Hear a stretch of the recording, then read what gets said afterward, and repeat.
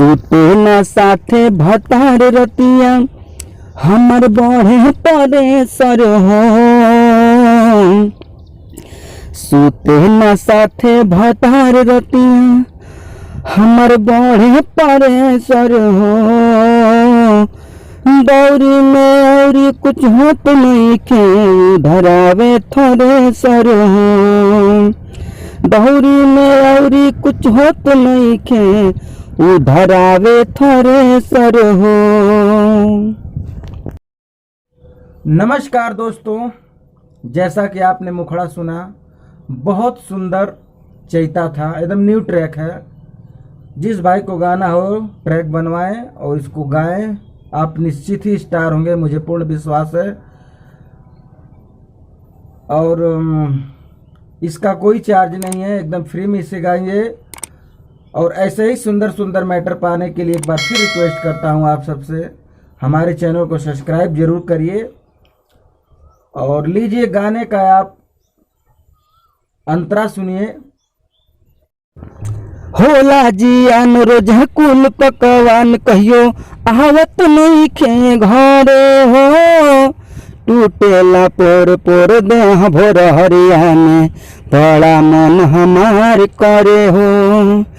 होला जियान रोज कुल पकवान कहियो आवत नहीं खे घरे हो। टूटेला पोर पोर देह भोर हरियाने बड़ा मन हमार करे हो।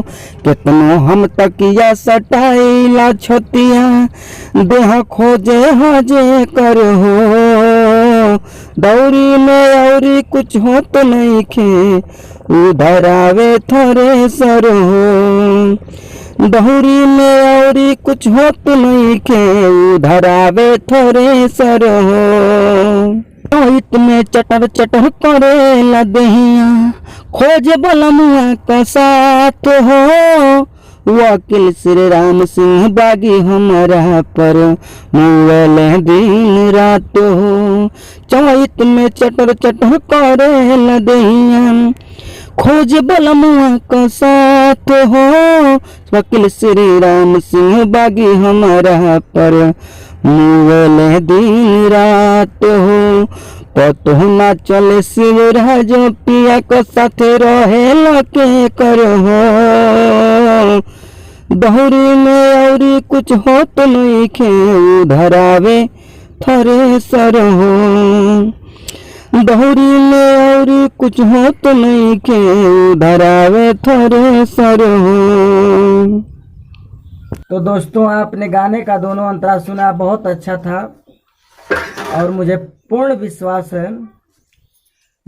विश्वास है यह गाना आप लोगों को भी बहुत अच्छा लगा होगा। तो लाइक करिए, कमेंट करके जरूर बताइएगा कैसा लगा। और कल फिर मिलते हैं एक सुंदर मैटर के साथ। तब तक के लिए जय हिंद, जय भोजपुरिया समाज।